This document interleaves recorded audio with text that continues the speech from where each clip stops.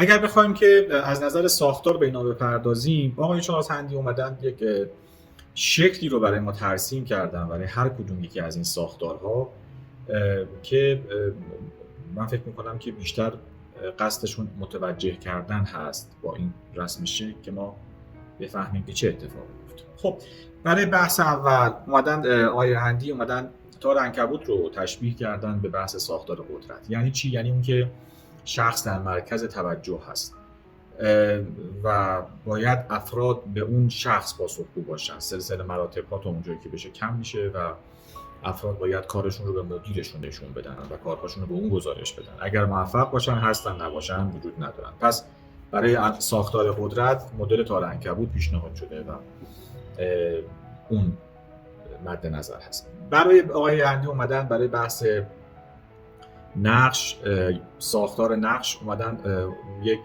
معماری یونانی رو ترسیم کردن که معماری از استواری وجود داره و خیلی ساختار غیر قابل انعطافی هست و اما استوار هست و همونجوری که خدمتتون عرض کردم سازمان‌های بوروکراتیک از این استفاده میکنن و به درستی هم نمادش نماد خیلی غیر منعطفی هستش که در اینجا اومده، اما به صورت کاملا راست و مشخص تمام این خط‌ها وجود دارن و این یک نوع نشون دهنده ساختار نقش است.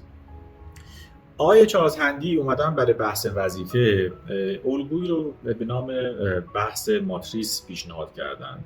ماتریس چه اتفاقی میفته؟ در ماتریس کارها به صورت تیم اتفاق میفته. کار به صورت همونجور که خدمتتون عرض کردم پر کیس هست، یعنی یک موضوعی مطرح میشه، جمع میشن تیم، اون موضوع حل میشه و سپس بعد از اینکه اون موضوع مرتفع شد تیم هم منحل میشه و دیگه کار اتفاقی بهش نداره و باز کار جدیده. ماتریس بسیار بسیار منعطف هست.